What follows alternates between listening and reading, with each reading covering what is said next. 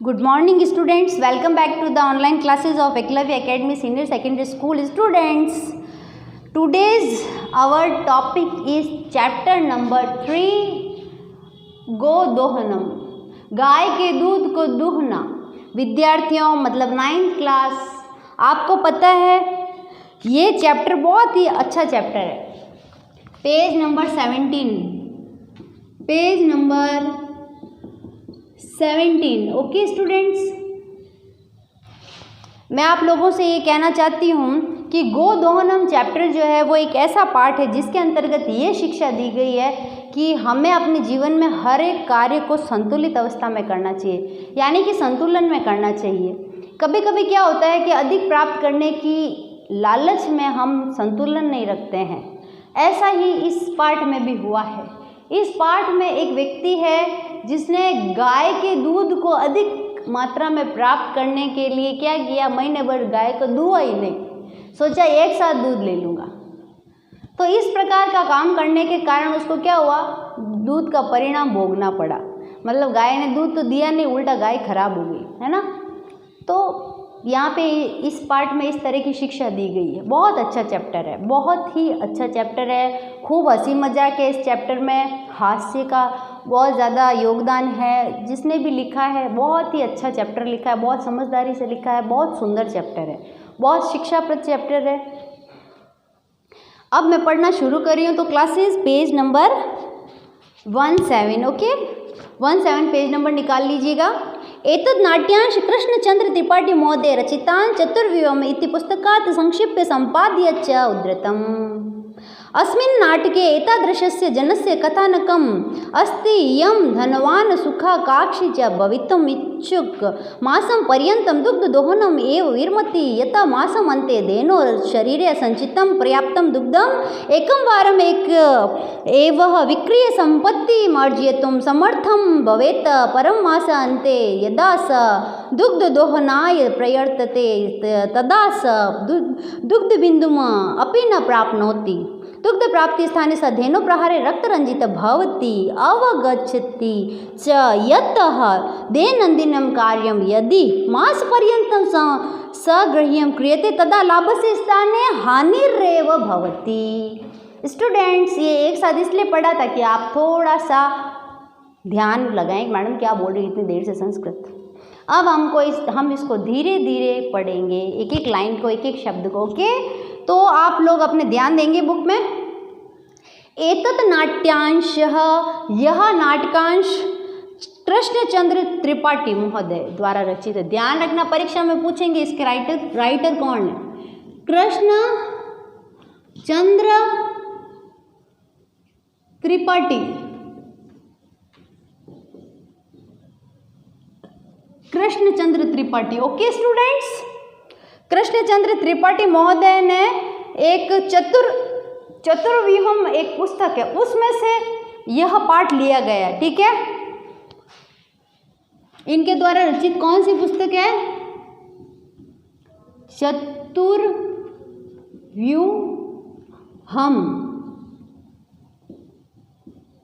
सुन रहे हैं ना,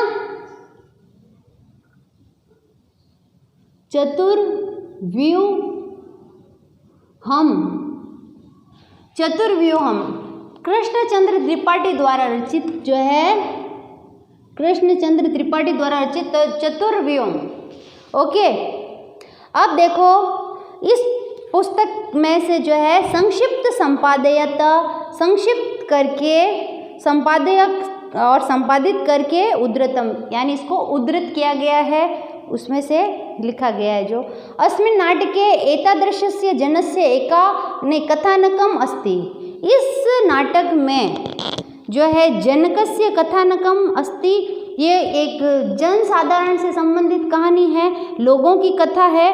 यह एक ऐसे व्यक्ति की कथा है, एतादृश्य जनकस्य कथानकम्, ये एक ऐसे व्यक्ति की कथा है। यह धनवान सुखाकांक्षी, जो धनवान बनने की इच्छा रखता है, और च भवितुम इच्छुक, इस धनवान बनने की इच्छा होने के कारण मास पर्यंत यानी 1 महीने तक दुग्ध दोहने विरमति, यानी धनवान बनने की इच्छा रखने वाला एक ऐसा मूर्ख और लालची व्यक्ति जिसने 1 महीने तक गाय के दूध को नहीं दुआ, ये सोच कर के महीने भर इकट्ठा होता जाएगा गाय के पेट में और फिर एक साथ निकाल लूँगा, है ना। क्या किया इसने, मास पर्यंत दुग्ध दोहनम एवं विरमति, विरमति यानी क्या होता है, रुक जाना, नोट करेंगे विरमति।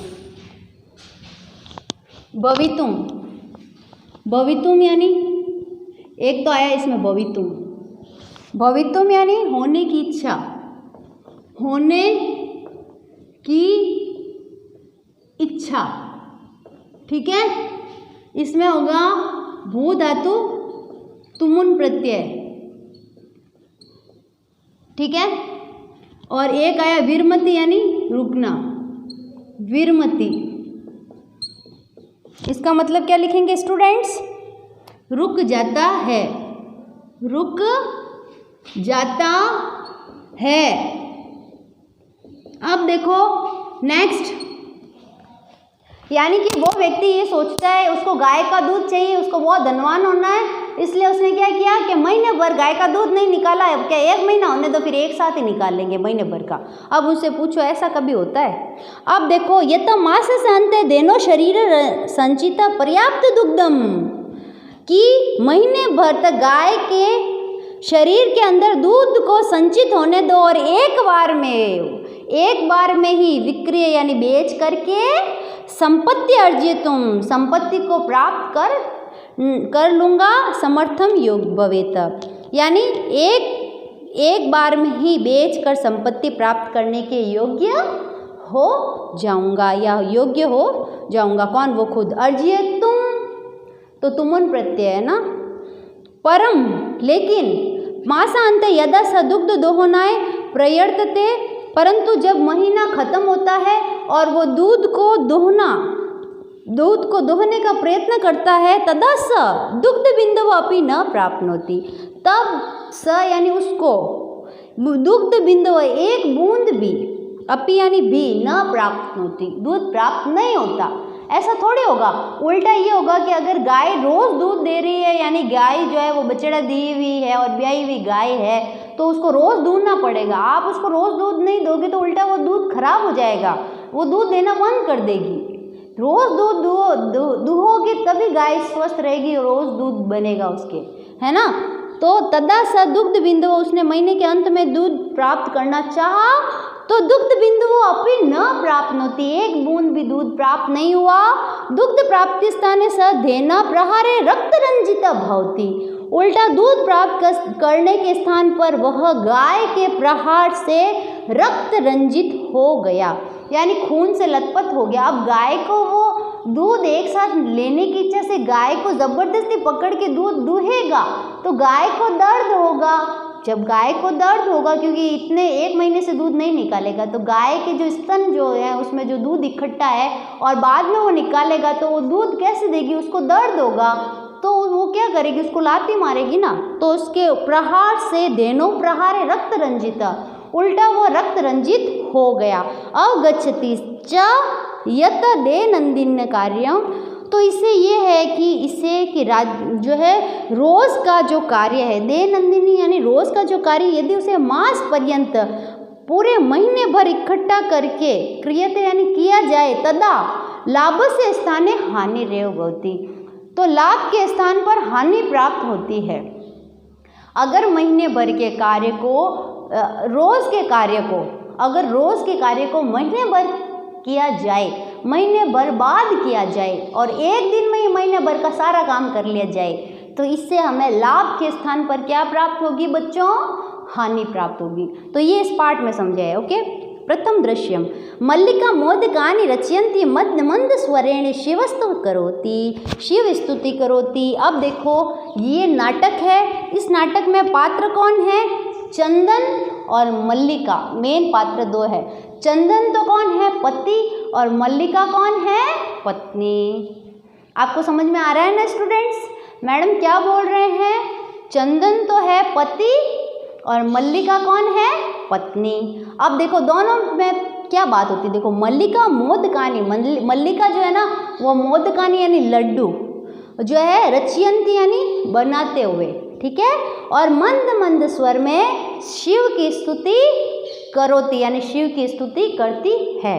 अब देखो पत्नी जो है वो क्या बना रही है बच्चों, क्या रचंती, किम रचंती, किम रचयंती, रचयंती यानी क्या होता है, बनाते हुए, बनाते हुए। और करोति शब्द आया, करोति यानी शिव स्तुति करोति, सुन रहे हो, करोति, करोति यानी करती है, करोति। इसमें कौन सा धातु है, क्री धातु है, लट लकार है,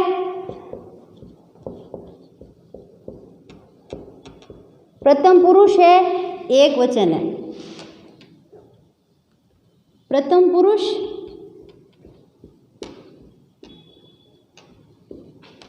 एक वचनम। करोति कुरुत कुर्वन्ति, करोसि कुरुत कुरुत, करोमि कुर्व कुर्म, ऐसे रूप चलते हैं इसके। तो करोति भी क्री धातु लट लकार प्रथम पुरुष एक वचनम, करोति कुरुत कुर्वन्ति। तो करोति यानी मल्लिका जो है वह लड्डू बना रही है और शिव की स्तुति कर रही है। नेक्स्ट, तत् प्रविशन्ति मोदक गंधम अनुभवम प्रसन्नो मनोचंदना। तब जो है वह मोदक यानी लड्डू की सुगंध का अनुभव करते हुए प्रसन्नता रूपी प्रसन्न होकर चंदन जो है प्रविशंति प्रवेश करता है, यानी लड्डू की खुशबू आ रही है और पत्नी तो गाना गा ही रही, लड्डू बनाती जा रही है, शिव स्तुति करती जा रही है, और पति जो है वो चंदन प्रवेश कर रहे हैं, प्रवेश करते करते एकदम लड्डू की खुशबू आ रही है, किसको, चंदन को। तो अब उनको प्रसन्नता हो गई कि अरे खुशबू आ रही है, इसका मतलब लड्डू बने। तो प्रसन्नता का अनुभव करते हुए वह प्रविशंति प्रवेश करता है। चंदन बोल रहा, आहा सुगंधस्तु मनोहर, अरे अये मोदकानि रच्यन्ते, सुगंधस्तु मनोहर, अरे बहुत ही मनोहर यानी सुंदर सुगंध आ रही है, अये अरे मोदकानि रच्यन्ते, लड्डू बनाए जा रहे हैं। प्रसन्न भूत्वा, प्रसन्न होकर, आसा स्वादयामी तावत, तब चख लेता हूँ, स्वादयामी यानी तावत, तब तो इनको चख लेता हूँ। मोदकम ग्रहीतुम इच्छामि, अब मोदकों को लेने की इच्छा करता हुआ, ठीक है। अब मोदक यानी लड्डू को लेने की इच्छा करता हुआ। अब मल्लिका क्या बोली, सक्रोध, क्रोध होकर, विरम विरम, रुको रुको, पत्नी बोल रही है। पति तो कह रहा है लड्डू की खुशबू अच्छी, मैं ले ही लेता हूँ इतने। तो जैसे हाथ बढ़ाया, पत्नी ने क्या कहा, सक्रोध, क्रोध के साथ, विरम विरम, रुको रुको, माँ स्पर्श, माँ यानी नहीं, स्पर्श मत करो, एतानी मोदकानी, इन लड्डुओं को स्पर्श मत करो। चंदन, किमर्थ क्रुध्यसि, अरे तुम क्रोधित क्यों हो रही हो। तव हस्त निर्मितानि मोदकानि दृष्ट्वा अहम जीवा लल्लुपताम नियंत्रितुम अक्षम अस्मि। तब तुम्हारे हस्त हाथों से निर्मित ये लड्डुओं को देखकर मेरी जीभ का लालच नियंत्रितुम अक्षम, नियंत्रित करने में असमर्थ हूँ, मेरे जीभ में लालच आ गया है। तुम्हारे हाथ के जो लड्डू बनते हैं बहुत अच्छे, तो मेरे जीभ में जो है वो आ गया लालच और मेरे को उन लड्डुओं को खाना है। तुम क्यों क्रोध कर रही हो। तब हस्त निर्मितानि मोदकानि दृष्ट्वा, देखकर अहम जीवहा लोलुप्ता नियंत्रितुम अक्षम अस्मि, मैं अपने जीभ के लालच को नियंत्रित करने में असमर्थ हूँ। किम न जानासि त्वमिदं, तुम क्या ये नहीं जानती हो कि मैं जो है वो कंट्रोल नहीं कर पाता हूँ, मैं नियंत्रित नहीं कर पाता, बस लड्डू दे के और खाने। अब मल्लिका, सम्यक जानामि नाथ, सब अच्छे से जानती हूँ स्वामी। अब पहले तो चिल्ला रही थी पति पे, अब क्या, सम्यक जानामि नाथ, हे नाथ, पति को नाथ का है, सम्यक अच्छे से जानती हूँ। परम एतानि मोदकानि पूजा निर्मितानि सन्ति, परंतु एतानि यानी यह मोदकानि लड्डू पूजा निर्मितानि सन्ति, पूजा के लिए बनाए हैं। कौन बोली, पत्नी बोली। चंदनम तरहि शीघ्र में पूजनम संपादयम, तो फिर तुम जल्दी पूजन का संपादन कर लो। प्रसाद च देहिम, और मुझे ये लड्डू प्रसाद के रूप में दे दो। अब मल्लिका, भो अत्र पूजनम न भविष्यति, अरे यहाँ पर पूजन नहीं होगा। अहम स्वसखी भी सह श्व प्रातः काशी विश्वनाथ मंदिरम प्रति गमिष्यामि, तत्र गंगा स्नानम धर्म यात्राश्च वयम करिष्याम। मल्लिका बोली, अरे अत्र पूजनम न भविष्यति। अरे यहाँ पर तो पूजन नहीं होगा। अहम यानी मैं, स्वसखी भी यानी अपनी सखियों के साथ, श्व यानी आने वाला कल यानी भविष्य में। श्व यानी क्या होता है? हाँ भाई ध्यान देंगे भाई, अभी पढ़ाएंगे आपको और 10 मिनट तो ठीक है, ध्यान देंगे। अहम स्वसखी भी सह श्व, अहम यानी मैं अपनी सखियों के साथ, श्व यानी आने वाले कल, प्रातः काशी विश्वनाथ मंदिरम प्रति गमिष्यामि। मैं अपनी सखियों के साथ में काशी विश्वनाथ के मंदिर में जाऊंगी, वहाँ पर चढ़ाने है ये। तत्र गंगा स्नानम, वहाँ पे गंगा स्नान करके, और धर्म यात्राश्च, धर्म यात्रा करेंगे, वयम करिष्यामा, हम सब करेंगे, है ना। वो क्या बोली? पति ने बोला कि अब तुमने अगर पूजा के लिए बनाए हैं तो जल्दी से जल्दी पूजा कर लो, शीघ्र से शीघ्र पूजा संपादित करके इसको प्रसाद रूप में मुझे दे दो।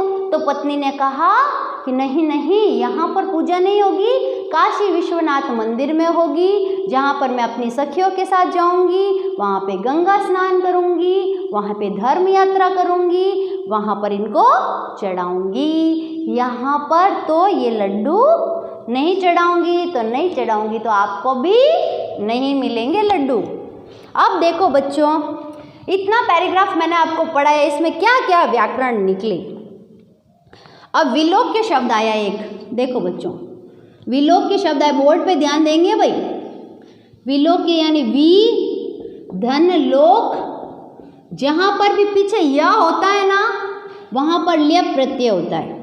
इसका अर्थ बता देती हूँ, देख कर।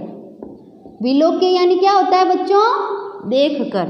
नेक्स्ट इसमें एक शब्द आया भूतवा, भूतवा शब्द आया है। भूतवा यानी क्या होता है? होकर। प्रसन्न भूतवा यानी पति प्रसन्न हुआ था ना लड्डुओं को देखकर, तो प्रसन्न होकर, इसमें भू धातु है, और कहीं पर भी पीछे त्वा त्वा आए तो क्या होता है? कत्वा, कत्वा प्रत्यय होता है। गमित्वा गम धन कत्वा, लेखित्वा लिख धन कत्वा, पठित्वा पट धन कत्वा, तो भूतवा भू धन कत्वा। आ गया समझ में?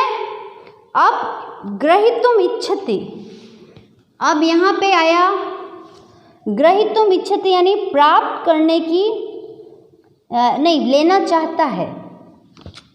ग्रही तुम इच्छति, ये लेने की इच्छा करता है या प्राप्त करना चाहता है? प्राप्त, प्राप्त करना चाहता है, ओके, या लेने की इच्छा करता है। तो इसमें ग्रहीतुम में कौन सा प्रत्यय है? तुमुन प्रत्यय। ग्रहीतुम, ग्रह, इसमें ग्रह धातु है, ग्रहण करना। खैर तुमुन प्रत्यय है इसमें। और इच्छति में कौन सा है? इच्छ धातु है। इच्छति, इच्छत, इच्छन्ति, है ना। इसमें लट लकार है, लट लकार प्रथम पुरुष एक वचन, प्रथम पुरुष एक वचन, एक वचनम। इच्छति, इच्छत, इच्छन्ति, इच्छसि, इच्छत, इच्छत, इच्छामि, इच्छाव, इच्छामा, इच्छ धातु होगा। अब इसके बाद में देखो विरम, विरम, विरम, विरम शब्द का मतलब लिखो। विरम यानी रुकना, विरम यानी क्या होता है? रुको। और विरमति यानी भी क्या होता है? रुको, ओके। इसके अलावा देखो दृष्टवा, क्रुध्यसी, क्रुद्ध धातु है इसमें, क्रुध्यसी, एक क्रुध्यसी आया ना, इसमें है ना क्रुध्यसी यानी क्रोधित होती हो, क्रोधित होती हो। क्यों क्रोधित होती हो? तुम आएगा, तुम क्यों क्रोधित होती हो?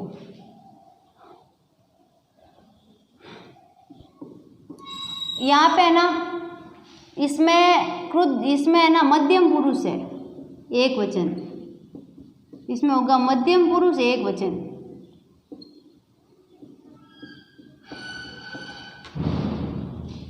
क्रुद्ध धातु होगा, क्रुद्ध, शायद क्रुद्ध होगा।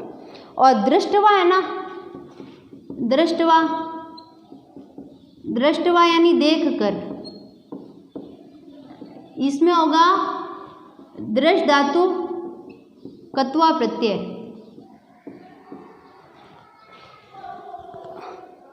और श्व यानी आने वाला कल। श्व का मतलब क्या होता है? आने वाला कल। एक होता है हय यानी बीता हुआ कल। अगर परीक्षा में पूछ लेना हय यानी होता है बीता हुआ कल, बीता हुआ कल। मतलब समझे आप लोग? जैसे कि मैं कल बाजार गई थी, बीता हुआ कल तो हय। मैं कल बाजार जाऊंगी, आने वाला कल। तो ये भी काशीनाथ विश्व मंदिर जाएगी, तो इसने क्या प्रयोग किया? श्व। क्या किया? श्व। अब करिष्याम, एक आया करिष्याम यानी, करिष्याम यानी क्या होगा? करेंगे। ठीक है, इसमें होगा क्री धातु, लिट लकार, उत्तम पुरुष बहुवचन। उत्तम पुरुष करिष्यति, करिष्यत, करिष्यन्ति, करिष्यसि, करिष्यत, करिष्यत, करिष्यामि, करिष्याव, करिष्याम। तो यहाँ पे क्या है?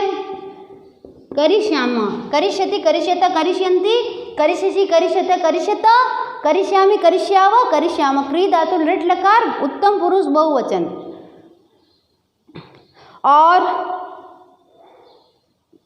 अब इसके बाद में क्या होगा कि उसने क्या कहा था? मैं गंगा स्नान करूंगी। आप इसको जो है तसल्ली से आराम से लिख देना, पहले समझेंगे पाठ को। 2-3 लाइन और पढ़ाएंगे अब। चंदन सखी भी सह न मया सह। अब चंदन बोला सखियों के साथ जाओगी, मेरे साथ नहीं जाओगी। पति बोल रहे हैं। विषाद नाट्यति, दुख का नाटक करता हूँ, मुंह बिगाड़ रहा है, उदास हो रहा है। मल्लिका आम, हाँ। चंपा, गौरी, माया, मोहिनी, कपिलाद्या सर्वा गच्छन्ति, ये सभी जाएंगी। हाँ, आम यानी क्या होता है संस्कृत में? आम यानी होता है हाँ। आम यानी क्या होता है? हाँ, हाँ, ये सब जाएंगी। नाम क्या क्या है? चंपा, गौरी, माया, मोहिनी, कपिलाद्या सर्वा गच्छन्ति। अतः मया सह तव गमनस्य औचित्यम नास्ति। इसलिए मेरा आपके साथ जाने का कोई औचित्य मतलब नहीं है। मेरे साथ तो मेरी सखियाँ जाएंगी, ठीक है ना? इसलिए अतः मया सह तव आगमनस्य, आपके वहाँ पर आने का। वो ये कह रहे हैं चंदन पतिदेव के, मेरे साथ नहीं चलोगी क्या तुम घूमने? तो वो क्या कहते हैं? वो कहती है कि आपके वहाँ आने का कोई मतलब नहीं, क्योंकि सब चलने वाली मेरी सारी जो है लेडीज ही है, सखियाँ ही हैं, जेंट्स तो कोई है नहीं। तो पतिदेव आप चल के करोगे क्या? तो चंपा, गौरी, माया, मोहिनी, कपिलाद्या सर्वा गच्छन्ति, ये सभी जाएंगी। अतः मया सह तव आगमनस्य औचित्यम नास्ति, इसलिए आपका मेरे साथ आने का कोई मतलब नहीं है, रहो तुम। और वयम सप्ताह अंते, और मैं सप्ताह के अंत में आ जाऊंगी, है ना? आएंगे। प्रत्यागमिष्यामा, वयम यानी हम सब, सप्ताह यानी सप्ताह के अंत यानी अंत में, प्रत्यागमिष्यामा वापस आ जाएंगी। तावत गृहम व्यवस्था, तब तक तुम घर की व्यवस्था का ध्यान रखोगे। और धेनु दुग्ध दोहनम व्यवस्था, और गाय को दूध दूहने की व्यवस्था का भी परिपालय यानी पालन करोगे। पत्नी बोल रही है कि मैं तो काशीनाथ विश्व मंदिर जाऊंगी सखियों के साथ में, तो पीछे आप एक तो घर की व्यवस्था का ध्यान रखेंगे, और ये जो गाय है ना, धेनु दुग्ध दोहनम, गाय के दूध को दूहने की व्यवस्था का परिपालय पालन करेंगे। अब इसमें 1-2 ग्रामर के हैं टॉपिक, वो 1-2 ग्रामर है, फिर बस क्लास ओवर।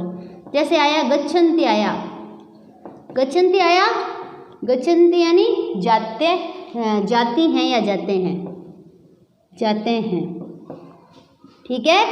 और इसमें कौन सा धातु होगा भाई? इसमें होगा गम धातु। गम धातु है, लट लकार है, गम धातु लट लकार, प्रथम पुरुष बहुवचनम, प्रथम पुरुष बहुवचनम है, इसमें बहुवचनम। गच्छति गच्छत गच्छन्ति, गच्छसि गच्छत गच्छत, गच्छामि गच्छावा गच्छाम। और गमिष्यामा में क्या होगा, एक प्रत्यय गमिष्यामा, वापस आ जाएंगे। एक लिख देती हूँ फिर बस ओवर, 15वां यहाँ लिख देती हूँ, है ना। प्रत्यय गमिष्यामा, गमिष्यामा, वापस आएंगे, वापस आ जाएंगे, वापस आ जाएंगे। ओके, वापस आ जाएंगे। अब इसमें है ना गमिष्यामा जो है ना, इसमें उपसर्ग क्या है, प्रति और आ और गम धातु है और लिट लकार है और गमिष्यामी गमिष्यावा गमिष्यामा उत्तम पुरुष है और बहुवचन है। उत्तम पुरुष बहुवचनम, उत्तम पुरुष